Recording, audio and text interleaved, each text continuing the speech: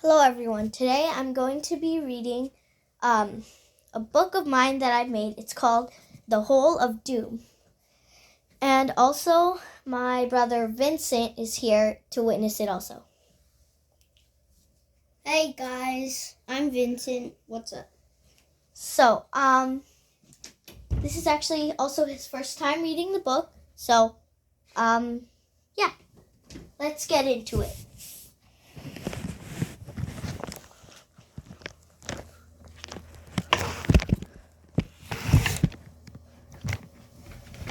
The Hole of Doom, written by Panda. Chapter 1, Eloise. Hi, I'm Eloise Robbins. I'm 11 years old. Most people think of me as a weird kid. Others that actually get to know me think of me as a pretty smart kid. I go to a school called Winstone Academy, and I guess it's pretty cool. The teachers there are nice, and so are the kids. And I'm pretty normal except for something else. There are random purple strands in my blonde hair that doctors can't explain why. My friend Anna also has it, but her strands are red. Some kids make fun of me, but I ignore them. My other friends say not to let it get to me, otherwise I won't be the girl I am today. I get to my class and get all my stuff out for learning. I look around and I realize my friend Anna is not looking like her normal happy self. I walk up to her and say, "Hey Anna, you alright?" She stopped for a second, like she was trying to process what I just said, and replied, "Yeah, I'm okay." I wasn't buying it. My mom picked me up today in her black car and asked me, "Hey honey, how's your day today?" "Good, Mom." "You sure? Were the other kids talking about you again?" I nodded. Then she said something about ignoring them, but I wasn't listening. I knew she would say that, and I didn't want to get involved. When we got home, I hugged my dad and my big brother, and I went to bed. "Oh, are you going to eat dinner?" my mom asked. "I'm not hungry," I replied and shut my door softly. The next day, as usual, I got up from bed and I went to the bathroom to wash my face. But something felt different. As I looked into the mirror, I see my purple strands glowing. I panicked. Nothing like this has ever happened before. I locked the door. "Eloise, you good in there?" my dad asked, probably concerned. Yeah, I'm fine," I replied. I had to think of something to do about it, so I just wore a beanie to school. I told my family not to question it, so they just took me off. Chapter 2, a special one. I get off the car and went to my classroom. My teacher's name is Miss Cookie, and she's my favorite teacher. I check in, and she greets me. "Hello, Eloise," she exclaimed. I waved to her and sat at my seat. Miss Cookie sits down at her desk, but she makes an I forgot something face. "Eloise," she calmly says, "can you pass me those worksheets, please?" I reply, "Sure." I reach over to the worksheets and think about Miss Cookie's desk. Luckily, everyone was doing work so they didn't see it. I sprinted back to my desk and see Miss Cookie giving me a thank you gesture. I asked to use the restroom, and I'm about to head out the door, but as soon as I reach to touch the doorknob, I see darkness around me for a split second, and the next thing I know, I'm at the bathroom. Anna's also here, fussing about her hair glowing too. "Anna," I yell, "your hair's glowing too?" She looks down and nods slowly. "All right, what can you do?" I can do this," she replies softly and sticks her hand outwards. She closes her eyes, and a little fire starts burning in her hand. "Whoa, cool," I yell. "What can you do?" she asks. I step forward towards the stalls. I think about going into one, and pew! I'm in. "No way," Anna exclaims. "You can teleport? That's like the best thing ever." I laugh for a bit, then I get serious again. "Wait, we have powers," I exclaimed. Like all superheroes, we need to keep our powers a secret, need super cool superhero names, and cool suits. Anna nods, then we both head back to class. After school, I told Anna to try to make us some cool suits since, well, she's the fashion one. "I'll try to make our names. See you tomorrow," I said as I ran to my mom's car. We got home, and I immediately ran to my room. I got a paper and pencil and started thinking about some names that would be nice for us. I thought, let's see, what names would be nice for us? I had no idea what to do, and I was thinking for a while until my brother came in. "Hey, Eloise, what you doing?" he asked. Nothing." "Really? Why do you have a paper in front of you?" "None of your business." "Okay, well, bye." I was relieved. If he found out what I was up to, or if I had powers, it would not go well. My brother is really bad at keeping secrets. I kept thinking, then I got it. Anna has fire powers, so I thought of a majestic name for her. I'm going to call her Flaria. And for me, I'm going to call myself Gypsy. Flaria and Gypsy. That sounds nice. The next day, I head to school to tell Anna about it.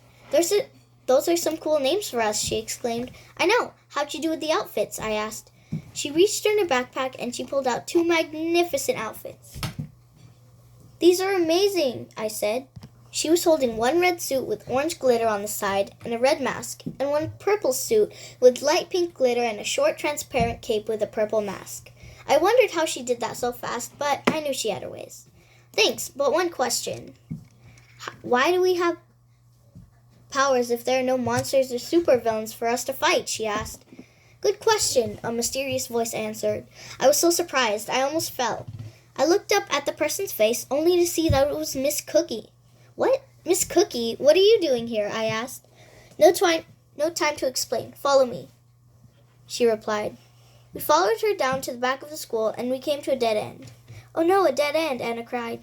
Let's just turn back. I stopped her from going and told her, let's just see what happens next. Miss Cookie waved her arm around and chanted, Wei Ba Tom Yi. Of course, none of us understood what she just said, but the wall seemed to open up.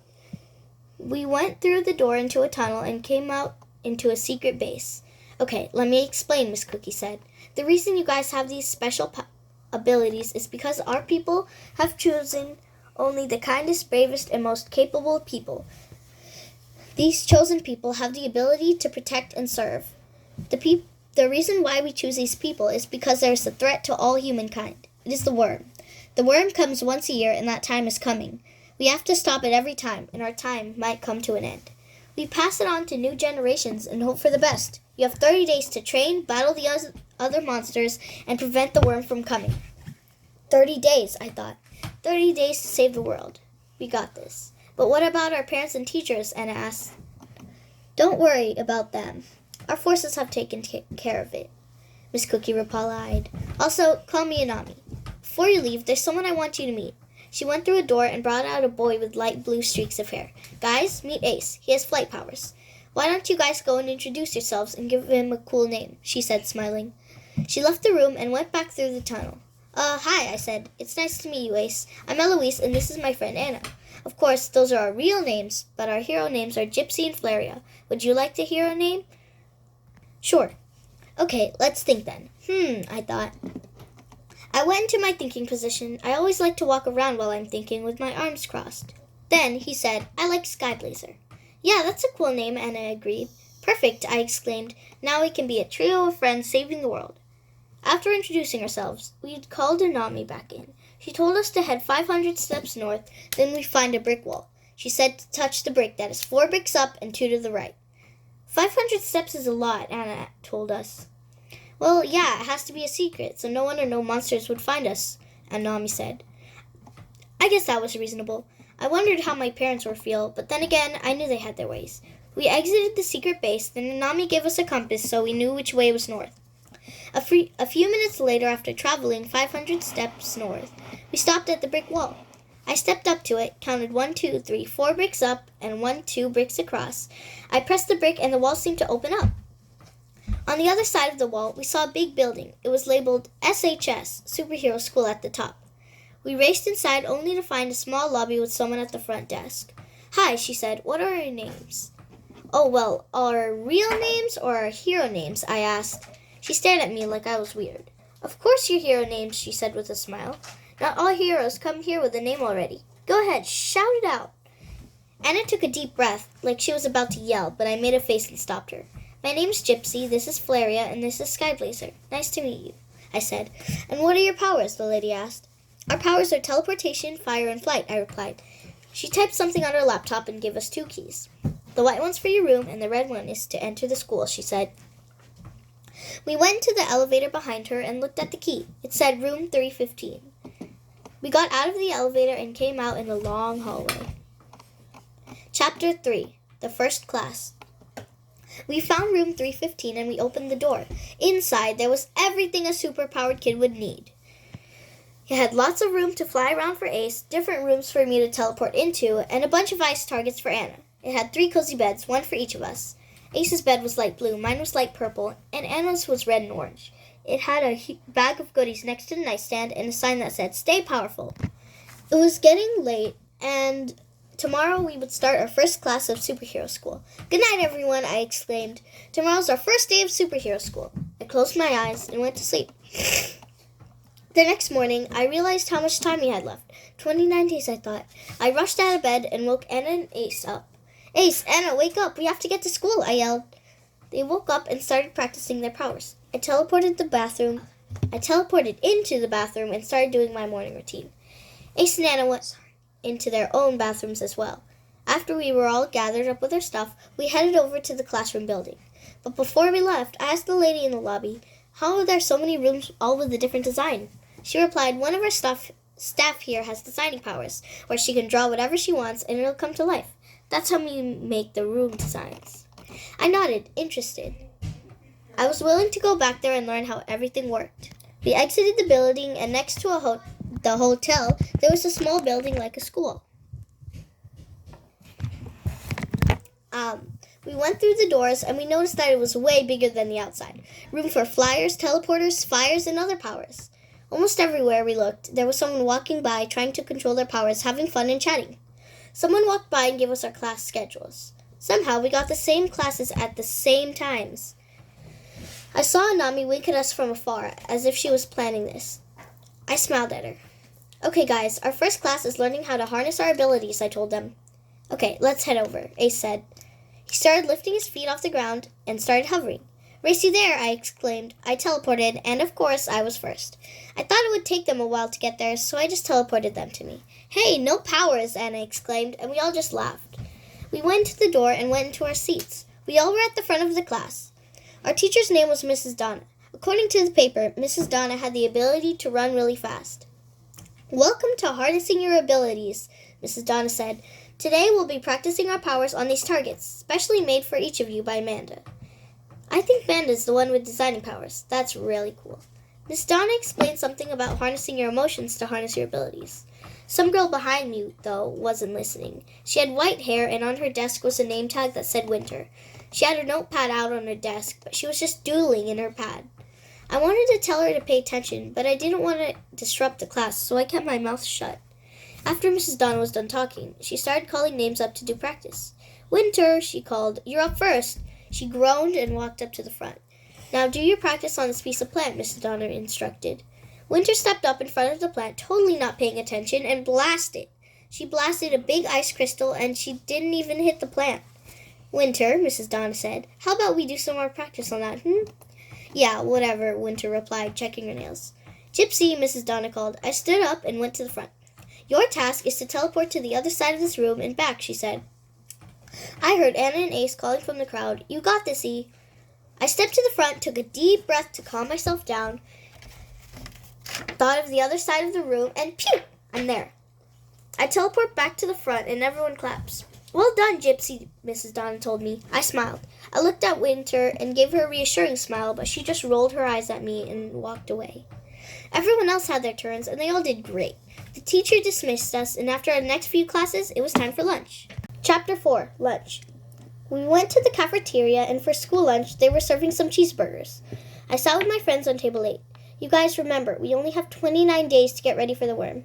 I think we should make a schedule," I told them. "We'll spend 10 days training, then we'll make our way to the wormhole." "Okay," Anna said. "That's a good way to manage our time." I was eating lunch when I saw Winter push someone on the floor. "You don't tell me what to do, I tell you what to do," she yelled. "But Winter, I was just trying to tell you to." "Shut up!" "But you forgot about your—" "I don't want to hear it," she yelled. I knew I had to do something, so I told my friends, "Be right back," and teleported over there. "How about no one tells anyone what to do?" I asked with a grin. "How about you go away and leave me alone?" she yelled arrogantly. "I'm not going to leave you alone hurting someone," I told her. "Oh, that's so nice of you," she said sweetly. I gave her a look. "Fight me," she demanded. "What? I'm not going to fight you." "Oh, what's wrong? Is the little baby too scared to fight?" she said. I clenched my fists. She was starting to get on my nerves. I knew I had to fight so this innocent kid could be free. "Bring it," I yelled. She had a mischievous smile on her face, like she knew she was going to win. But I believed in myself. I knew I had to fight for good, and I was done dealing with people like her. My hair started to glow brighter and brighter, and everyone watched in awe. I guess they've never seen people's hair glow. Winter charged at me, and as soon as I saw her move, I teleported behind her and kicked her. She fell down, but immediately got back up and blasted her ice at me. I teleported behind her and kicked her again. Unfortunately, she knew I would do that, so she turned around and hit my face. She almost shot her ice at me, but Anna used her fire and blocked her. "Thanks, Anna," I shouted. She waved back at me. By now, everyone was watching the fight. They all said nothing as they were too interested. My hair stopped glowing. I realized that fighting wasn't the way. I had to make peace with her with my words. Winter, I called out, dodging a kick. "What now?" she asked, then almost blasted me again. I kicked her down. "We have to stop fighting," I said. "Look, for now, just go back to your seat. We'll finish this after school." My purple strands shimmered under the light. We all sat down, and Ace asked, "That was amazing. Where did you learn to do that?" I shrugged and said, "I don't know. I just reacted. When my hair glowed, it gave me the ability to fight, I guess." We all walked out of the cafeteria and headed over to PE. We mainly do horseback riding. After PE, the girl that Winter was bullying came up to me and said, "Hey, thanks for what you did at lunch." "No problem. It's just that Winter's mean to me sometimes. She likes picking on people she says are on a lower level than her." "That's all right. As long as I'm around, she won't be bullying you anymore," I comforted her. After our next few classes, Mrs. Donna walked over to me and my friends and said, "You know, teleportation is a unique and special power." I was confused. "What do you mean, Mrs. Donna?" I asked. "What I mean is your teleportation is an extra rare power. The last time we've had someone like you was 100 years ago." "Oh, really? That's cool." "Yes, but some people or creatures sought out to find teleporters and take their power. You must be very careful." "Yes, ma'am, I'll be careful," I said. "Good," she said, and she walked away. Chapter 5. We Train. The next few days, I did exactly what this chapter's title said. We went to school, learned, trained, fought Winter, and went back to our rooms. 23 days left, I told Anna and Ace. Ace said, "Now we have to train as hard as ever, as hard as we can, and learn as much as we can before our quest." Anna and I nodded. We were in our room studying when we heard a knock on the door. "I'll get it," I said. I walked to the door and opened it. Anami was standing outside. "Hi, Anami, come in," I said excitedly. I liked seeing Anami. "Hello, guys," she said calmly. "I've come here to tell you something." At first, I thought it wouldn't be, but now I know. I was curious. I asked her, Tell us about what?" "Well, you see, before you guys were born, there was a prophecy that one girl, a special girl and her friends, would take on the worm by themselves. On the 18th of March, 2025, the worm will be as powerful as ever. All of its followers will help it return back to power. All hope will be lost, unless this girl and her friends will take on the worm together. And let me tell you this, most of the time it takes about 50 people to stop the worm by themselves. And that girl is you," she said. I couldn't get over the fact that Ace, Anna, and I were going to stop the worm all by ourselves. I turned around and saw that Ace and Anna were sitting with their mouths opened. I chuckled a little bit. "The 18th of March. This year?" Anna asked, worried. She was always the insecure one.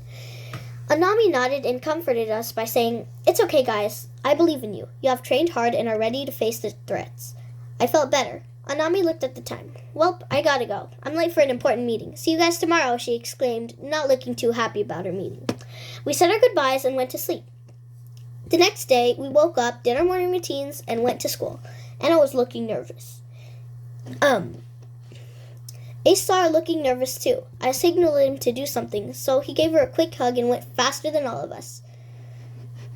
"It's gonna be all right, Anna, I promise," I said. Anna smiled and stuck out her hand. A little fireball appeared. It was bouncing around in her hands, going from one hand to another. "I like doing this when I'm nervous," Anna told me. "That's a good way to calm down," I said. "Now come on, we have to catch up to Ace." He was standing by the entrance, waving and signaling to hurry. I grabbed Anna's hand and we teleported to him. We went to Harnessing Your Abilities class, and today we did a few basic things. Like for the elementals, they made giant figures of their power. For the others, like flight or teleportation, they asked us to fly high or teleport far. We all did great, even Winter, who was still giving me weird looks. I mumbled to myself, "Okay, only 3 days left. Got up my game." We did our other classes, and at lunchtime, Mr. P, the principal, stepped up to the front to give a special announcement. He cleared his throat and said, "Now, we all know the prophecy, right? Well, the prophecy has come true. On March 18th, the girl with the glowing hair and her friends shall defeat the worm. The day after tomorrow, we shall have a ceremony ready for her to finally defeat our worst enemy, the worm." Everyone clapped. I've never felt this appreciated. I've always been thought of as the weird kid, but now I'm the special one that fits in. At nighttime, on my bed, happy. After a few minutes, I went to sleep. Chapter 6. We get a ride. The next morning, I wake up to the sound of knocking. I didn't want to wake Anna or Ace up, so I teleported outside to talk. Standing outside was the girl that Winter was bullying again. "Hi, I realized we haven't properly met," the girl said. "I'm Coralia. I have water powers. Nice to meet you." I smiled and said, "Nice to meet you too. You probably know me. I'm Eloise or Gypsy. My power is teleportation, and I've already been told it's really rare." Coralia turned around, looking disappointed, and said, "I'd better go. Winter doesn't want me talking to you anymore." "You know you don't have to listen to her," I said. "Yeah, but I choose to. Otherwise, she'd just do what she did to me at lunch the other day," she replied. I waved goodbye to her as she walked down the halls back to their room. I realized we only had today to train, and then tomorrow we'd be off. I teleported back inside and woke my friends up. Anna said, "Only today to train." Ace jumped out of bed as soon as he heard Anna say that and exclaimed, "Then we have to train harder than ever." I teleported them to school and into the first class. After school, we were exhausted from all that training. How did I do that horseback riding? I don't even know how to horseback ride, and I still passed the test, Anna joked, and we all laughed. "Beginner's luck?" Ace asked. Anna shrugged. We were having a good time until Winter knocked on our door. "Be right back," I told my friends. "What do you want, Winter?" I asked her. She was holding a white, fluffy husky's leash. The husky looked sad. "Oh, this? This is Willow. This is my dog, and she's mine, so don't get any ideas, Buster," she shouted. Willow was laying on the floor sadly, with her head down.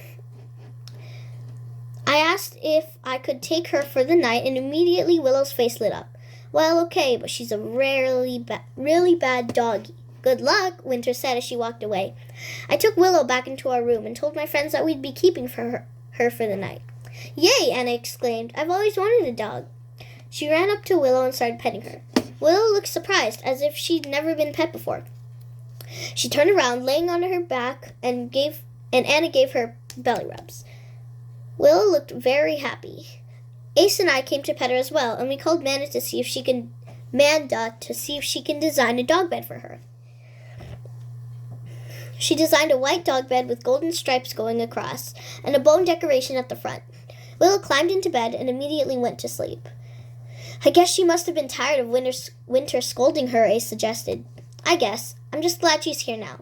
Winter was wrong. She said Willow was a bad doggy, but she's the best doggy I've seen, I said with a smile on my face. Dogs make me happy.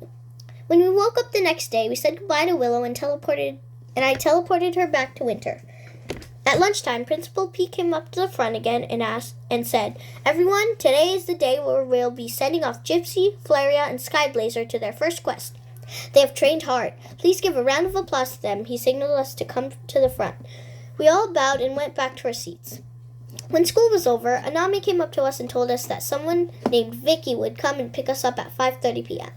We packed our bags, our stuff, then we were off. At exactly 5:30, Vicky's car was pulled into the parking lot. We went in, buckled up, and she started driving. She seemed to know where to go, so we just sat back and thought of our battle plan. "All right, so we know the worm destroys everything in its path, including us," Anna said, biting her nails. "There's probably going to be a few monsters that are on the worm's side, so we need to defeat those before we can patch up the wormhole," Ace said. "Good idea, Ace, but I also think that we should ask someone about the other monsters' abilities or what they can do before we fight them," I suggested. "Good thing we learned about it in Good Riddance to Monsters class." My friends nodded, and we all laughed about how the name is Good Riddance to Monsters class. "Wait," Anna said. "We don't have a name for our group yet." "Oh yeah, we'll have to think," Ace muttered. We were sitting in the car, silent as ever. I'm pretty sure even Vicky was confused. "How about we call ourselves the Powered People?" Anna asked. "No, that sounds weird," Ace replied. We thought for another few minutes, and then finally, "I've got it," I exclaimed. "Let's call ourselves the Golden Three." Anna almost fell, then she agreed. "Yeah, that sounds cool." Ace agreed too. We sat for a while, then soon enough we were there. We got our stuff out of the car, and I said, "Bye, Vicky." She waved at us and started heading back to the school. Chapter 7. We get ambushed. We were standing in a parking lot, a giant building glistening in the sunset in front of us. On it, there was a big sign that said, "The Belize Hotel and Spa." We walked up to it, and I said, "Well, I guess this is where we're staying tonight." We walked in together and spoke to the lady at the counter. "Hello, what can I do for you?" she asked. She looked down, and before I could speak, she said, "All right, here you go." She gave us a purple room key to match my purple hair. On it, it said room 315 like the school. I teleported everyone to the third floor at room 315. We opened the door and were surprised to see that it had the exact same design as our other room. We stepped inside and relaxed on the bed. Anna and I started unpacking our stuff while Ace stepped outside to get some fresh air.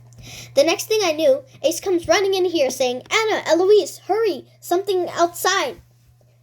I teleported everyone outside and we saw a giant spider with a red stripe down its back. "Oh my gosh," Anna said, worried. As her friend, I knew that spiders were one of her worst fears. I patted her on the back and charged at the spider. I teleported my sword from the room into my hands and stabbed at its back. The spider roared with anger. It charged at me, but I teleported into the sky behind it and Ace caught me. He pulled me down safely. Spider launched a web at Ace when he wasn't looking, but lucky for him, Anna blocked the web with her fire. Ace nodded at Anna as a thank you gesture. I teleported Ace's daggers and Anna's spear to them so they had weapons as well. Anna charged to the spider with her spear and looked at me. I knew what to do, so I teleported her to the spider's back and she stabbed the spider. It screamed painfully. Then I noticed something.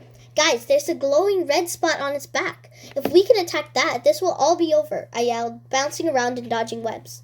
Ace and Anna nodded because they understood our goal. Ace flew up at the sky and yelled, "Hey, big fat spider! I'm over here. Come and get me!" The spider roared and started chasing after Ace. Its back was turned and it was trying to reach him from up high. "Oh, are you too short to get me, Mr. Shorty Pants?" Ace yelled. He looked like he was having fun. Anna laughed. I looked at her and signaled both of them. Ace flew up. The spider came running up the building after him.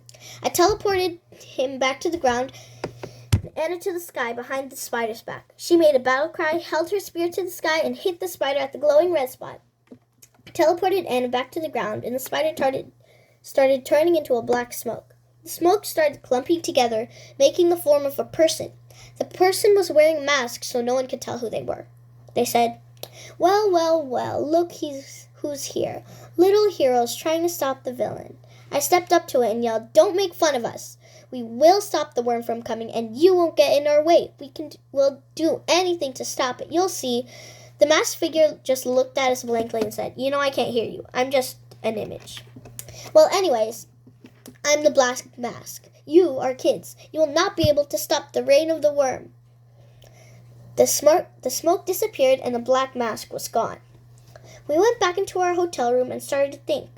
Right before the black mask has gone, there was a strange crystal coming from behind them, almost like ice. I said, "Ice! Who do we know that has ice?" Ace said sarcastically.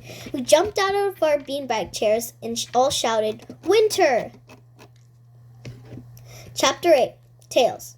I was flabbergasted. I couldn't believe Winter was the culprit besides all the looks and fights we had over the last 10 days. That night I had the strangest dream. Anna and Ace were standing far away from me yelling, "Eloise, where are you?" I tried to move closer to them, but my feet were stuck to the ground. I tried to talk, but my lips were sealed shut. I watched in silence as they disappeared, going farther and farther away from me as the wind blew. The next thing I know, I'm in a forest, Ace and Anna nowhere to be found. "Are you lost, little kid?" someone said in my head. It sounded like the Black Mask. "I'm just trying to find my friends, so mind your own business," I shot back. The Black Mask chuckled. "Your friends have abandoned you. They don't need you anymore." I was in shock. "That's not true. We're a team. We stick together," I shouted. "Really? Well, we'll see about that then." The Black Mask did an evil laugh, then floated away. Anna was shaking me. "Eloise, it's time to go," she said. Black," I mumbled. I woke with a start. "Ah!" I yelled. "Whoa, calm down, Eloise," Anna confronted me. "Now go get ready. We have to depart." I teleported into the bathroom and brushed my hair. Then I went to my suitcase to get something, and I saw something small there with a little note on it. "Hey guys," I called. "There's something with a note here." Anna and Ace came rushing over. "Well, read it," Ace said in excitement. I took a breath and read, "Dear Golden 3, I left this for you. For all your bags, press the button on the back and it'll transport them to you. Press it again and they will be returned to your room at the school. Also, if you press the red button, you will have an invisible camping tent to sleep in for the night. It also serves as a compass, showing where you need to go if you throw it. Good luck, from Anami. I pressed the button on the case, and all of our stuff got sucked into a portal, hopefully leading to the school. I teleported us outside and threw the case up. It started going forwards, leaving a trail of sparkles behind it. I started following the sparkles, and after a few minutes, we got to the beach. We're going to have to swim through this, Anna mumbled. She didn't really know how to swim. We decided we were going to have to call someone for help. Let's call Coralia, I suggested. I took out my phone and started calling her. It was a while before she could respond, which was reasonable. She was at school. Finally, she picked up her phone and asked, "Hello? Hi, Coralia. Oh, hi. What's the problem?" Well, the thing is... I turned the phone around and showed Coralia the sea and the sparkles. "Oof," she said. "Yeah," I replied. "Do you mind giving us a few of your water bubbles so we can breathe underwater, please?" "Oh, sure," she replied with a smile. "Thanks," I said, then teleported them over to us. "Bye," I exclaimed and hung up. "Okay, guys, put these on," I told Anna and Ace. They both stuffed it on their heads, and quickly their outfits turned from super suits to swimming clothes. They jumped in the water, and their legs started clumping together. They started growing scales, and as soon as I saw it, their legs had turned into tails. I did the same. I put on my bubble, jumped in the water, and I got a tail too. Anna's tail was red, Ace's tail was light blue, and my tail was purple. We're mermaids," Anna exclaimed, doing a loop-de-loop in the water. "I'm a merman," Ace told Anna. "Same difference," she shot back. "Guys, look," I said, pointing to the trail of sparkles. We all swam to the sparkles, and we came out on an island. We all stepped on the beach, took the bubbles out of our heads, and started walking like our normal selves. Chapter 9. The Island. We walked across a bridge, through some palm trees, and came out at a different beach. It had some rocks sticking out of the sand, and on top of the rocks were real mermaids. They were sitting, relaxing, and enjoying the sun while chatting about dolphins. I went closer and said, "Hi." All the mermaids jumped back into the ocean and swam away. After a few seconds, they came back slowly. One mermaid had a crown on her head made of coral. Another had a smaller crown made of shells. Their tails were dark pink and light pink. "Sorry to startle you guys," I apologized. The one with the large crown asked, "That's okay. We don't really have any visitors here on this island." "What brings you?" "Oh, we're on a quest." "Quest to stop the worm?" "Yes." "I thought so. Every now and then a hero comes to this island trying to stop the worm," the large crowned one said. "Oh, where are my manners? I'm Queen Nessa, and this is my daughter, Princess Mari." I waved to them, and the princess waved back. "I'm Gypsy, this is Flaria, and this is Skyblazer," I told the queen. "Oh my, what a weird time to come," Queen Nessa said. "It's my daughter's birthday today. Would you like to come and celebrate?" I thought for a moment. I was thinking about how much time we had left and about how long this would take. Then I decided, sure, we have time. The queen led us underwater, so we put on our bubbles and turned back into mermaids. She led us to her palace made of coral, shells, pearls, and seaweed. The inside of the castle smelled like calamari. "Your Majesty, why does it smell like calamari?" Anna asked. She noticed it too. "Because sea monsters don't like the scent, so we put it there so they go away," the queen replied. I looked back, and some of the mermaids were cringing and plugging their noses, while the others were perfectly fine and normal. I thought maybe others didn't like the smell as well. We sat down at the round table, and on the table was a big cake. We started the celebration off by doing a few games like musical chairs, hide and seek, tag, all the usual stuff. Then we ate lunch, and finally it was cake time. We sang happy birthday to Princess Mari, and everyone got a slice of cake. Everyone ate happily, but when 3 mermaids sitting by the corner were finished, they started looking different. They started growing spikes on their tails, and they grew legs. Their skin was not normal skin anymore, for it had turned greenish blue. "Oh no," I mumbled. I tried to contact the queen, but the sea monsters cut in front of me and blocked me. I teleported the queen, but one of them shot a bolt of lightning at me, and Anna blocked it. I told her to use her fire and blast the sea monsters, because in Good Riddance to Monsters class, we learned that sea monsters hate fire, and I mean hate. I teleported behind the biggest one and kicked it multiple times. It tried to grab me, but I just teleported away. Anna stuck her hand out and tried to blast out the fire, but it just wouldn't work. She tried multiple times, but she couldn't. Then I realized, we have to get them to the surface, then you can blast them. I teleported Anna to the surface and told her to charge up her powers. Then I teleported back to the palace, and by now all the mermaids were watching us, even the queen and the princess. I told them, "Be right back," and teleported everyone to the surface. The sea monsters tried to get back in the water, but Ace cut in front of them and blocked them. Anna blasted her fire at one of them, and it disintegrated into black smoke. Another got back in the water, but I just teleported back. He went back in, and I teleported him back again. This went on for a while, until finally I teleported him up into a tree, and Anna blasted him away. Ace took the last one, flew really high, held it up in the air, and told Anna, "Now!" He dropped the sea monster, and Anna, with perfect aim, blasted him into black smoke. The black smoke turned into some letters that read, "Good luck on the next one. Not." I teleported us back to the palace, where all the mermaids started clapping and cheering for us. "Wow, thanks," Ace exclaimed happily. Queen Nessa swam up to us and said, "Thank you for banishing those sea monsters. We didn't even know they were among us." "No problem. We're happy to help. Here, a gift." She handed us a pearl. "This will take you to the land of the dragons, a place that will get you closer to being successful."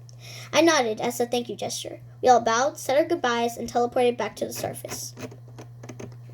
Chapter 10. The Land of the Dragons. I held the pearls in my hands, staring at them.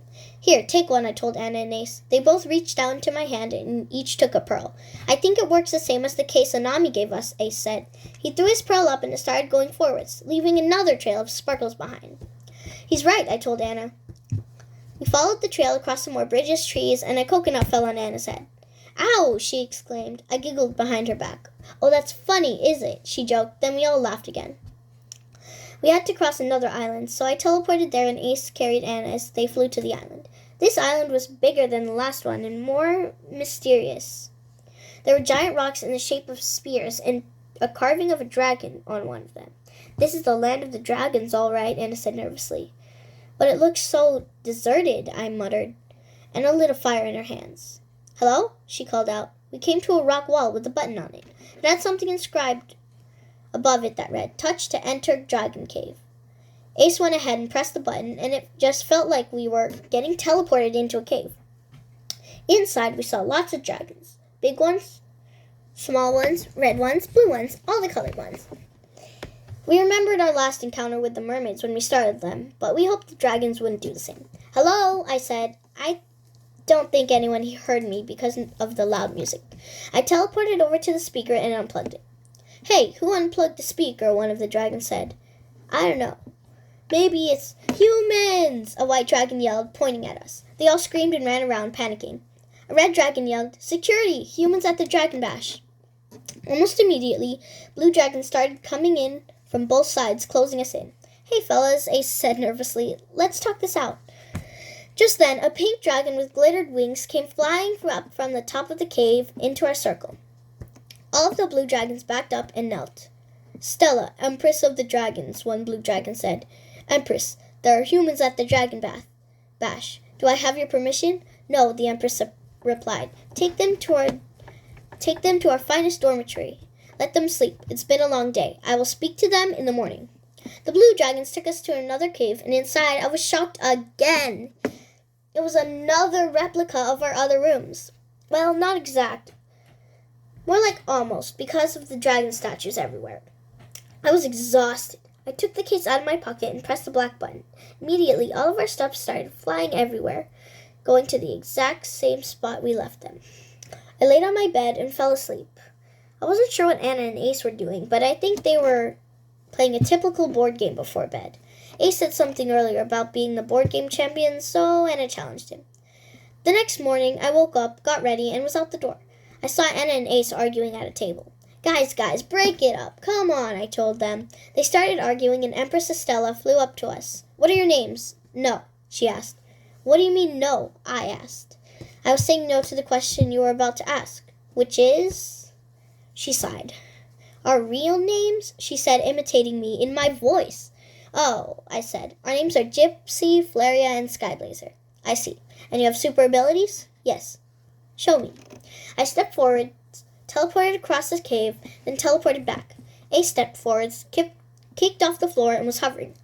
The Empress was nodding her head. Ace went down. Anna stepped forward and cast a mini fireball in her hands. This time, the Empress jumped out of her seat and yelled, "Unbelievable!" Anna stopped her fireball in shock. What's wrong, Empress? She asked. Fire. Wow, we haven't seen anyone with fire for years. Now we have hope, she said. I'm sorry, but what do you mean by now we have hope? I asked. We were walking through a tunnel and the Empress explained. For 5,000 years, us dragons haven't had fire. We normally have fire breathing, but that's only if these candles are on. She pointed to stone statues of dragons holding candles. We can only use our fire breathing if they're on, and no dragon has fire anymore. No dragon will be able to light it.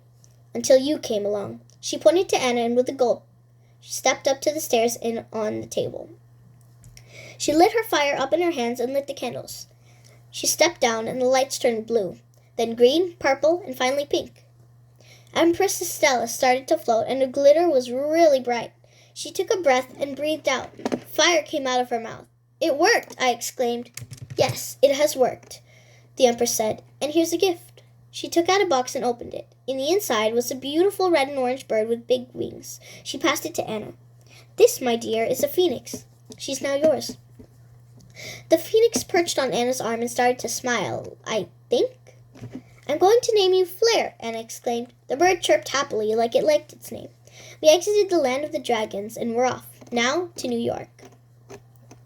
Chapter 11. We almost blow up the Statue of Liberty. We started to make our way to the airport and we took an Uber to get there. As we got in, the driver looked at us and started driving. So, you kids going to stop the worm again? He asked. We all nodded. I hear you.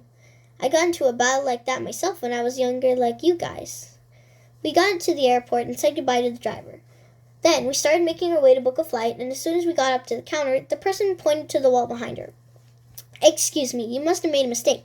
That's a wall, I told her. I hoped she'd recognize her mistake and point somewhere else, but she just kept pointing that way. Get on or stay off, she said rudely. Okay, geez, Anna cried. I led them over to the wall and behind her and stuck my hand out. I hoped no one had seen us doing this, otherwise they'd be doing it too. Anyways, back to my arm. I lunged towards the wall and my arm started disappearing to the other side. I ran inside, waiting for Anna and Ace to follow me through. I popped my head back out and shouted softly, Hey, you guys coming? They raced inside through the portal. Ace almost bumped into me, so I just teleported him to the other side of me, and he fell on a seat. Hey, he cried. We all laughed and then started walking. I reached into my pocket and took out a ticket.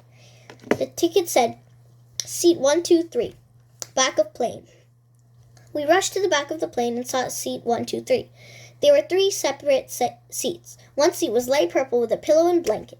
Another was light blue with a pillow and blanket, as soft as a cloud. The last seat had a red and orange design with a fiery blanket and pillow. We sat in our seats and buckled up. In front of our seats was a mini TV. I reached into the cup holder and pulled out some headphones. I plugged them into the slit, and an announcement came on. Welcome, passengers, to Hero Airlines. We hope you have a great flight. We are now traveling to New York. We may be expecting turbulence in Florida, so be sure to buckle up, the pilot said. We started taking off, and Flare was perched on Anna's armrest. She was relaxing and watching Anna's mini TV. I looked at Ace to my right as we started floating up into the air, and he looked stressed. Ace, I asked, what's wrong? Ace took a deep breath and looked outside the window. I've never been on a plane before, he told me, breathing heavily. What? How are you scared of a plane? You literally have flying powers, I exclaimed. He looked as if he forgot about that part. I know, he said, looking at the screen, but I've never been 1,386 feet in the air before. He checked his screen, and I tried to comfort him by saying, It's going to be all right, Ace. This will help you get in tune with your power. Feel it. He seemed more relaxed. He took more deep breaths, and by the time we got to Texas, he was fine. He looked out the window in joy, exclaiming when we saw birds and tried to name them. We were traveling fast and smooth when I opened up the map on my screen, and I worried. Oh no, I panicked. Ace looked at my screen and suspected nothing. What's wrong? He asked. I tapped Anna on the shoulder to get her attention and pointed at the map. We're at Florida, I cried. Ace and Anna both looked even more worried than Ace was at the start. We started buckling up tighter, and the pilot decided to make an announcement. Everyone, do not panic. We're just having some sort of turbulence because of a slight thunderstorm in Florida. Please buckle up, he informed everyone. Of course, Anna couldn't stay calm. She was wiggling in her seat, thinking of all the things that could possibly go wrong, while Flare looked at her in disbelief. Just then, I heard a loud bang outside the window. I scrambled up with Ace and looked out. One of the boosters were damaged. This is bad, I cried. This is really, really bad. We were now in Pennsylvania, and it seemed like the storm had followed us here.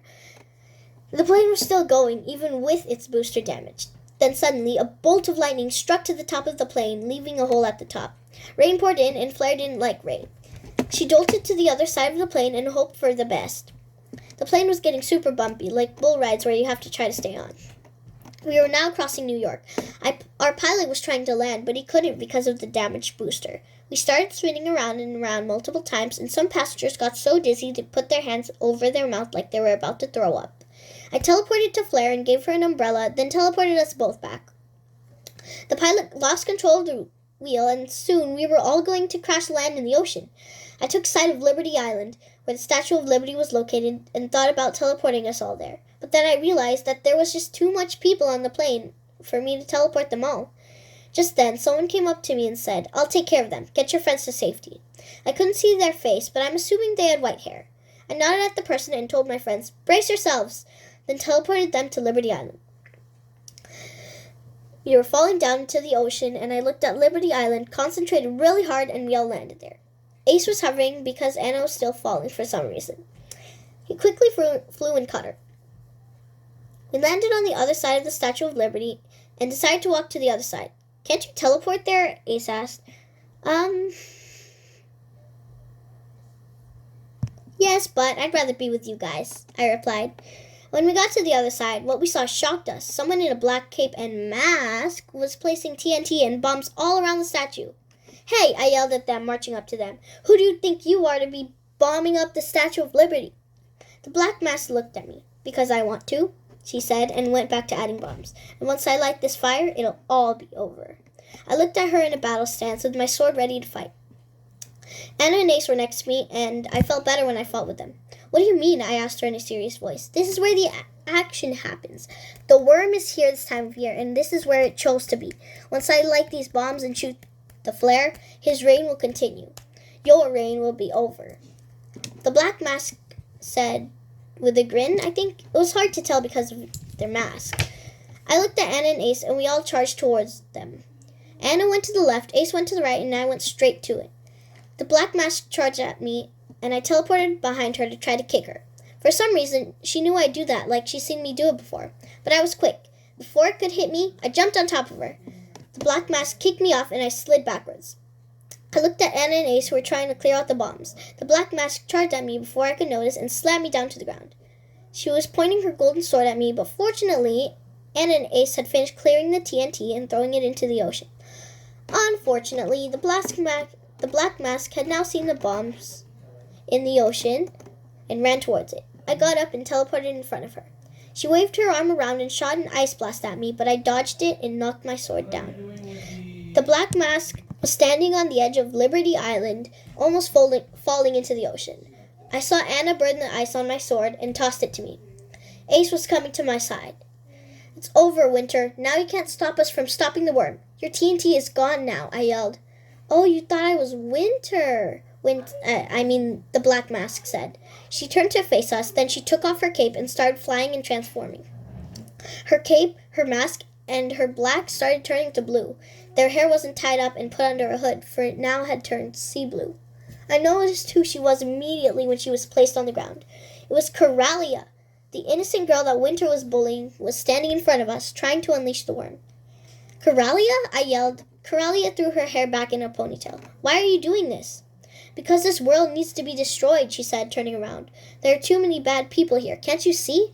The world is a horrible place. It's filled with horrible people." "Like me," Anna said, and I immediately shushed her. "That's not helping," I said with a loud whisper. "What happened, Coralia?" Ace asked. "When I was little, my parents abandoned me. I lived on the streets as an orphan until I discovered my powers. Anami saw me and took me to the school where I trained and trained for years. I've always wanted to get back at my parents," she said. "But instead of getting revenge," Ace suggested, "why don't you try to reunite with your parents?" Coralia's face lit up. I held out my hand and said, "Why don't you fight for good?" I heard Ace and Anna in the back chanting, "Fight for good! Fight for good!" Coralia looked at them and they stopped. She stepped closer to me and very slowly grabbed my hand. "Woo!" Anna cheered. "Well, now that that's over, let's celebrate." Anna started dancing and shooting fireballs everywhere. Wait, don't, Coralia shouted. You could light the... Just then, we heard a crackling sound coming from the ocean. Oh no, we all yelled. The TNT blew up and a massive hole came out, like in a 100-meter tunnel that goes on forever. The worm is coming, we all yelled. There was a loud rumbling sound. Chapter 12, The Worm. There was a loud rumbling sound coming from the low ocean. Water was pouring in.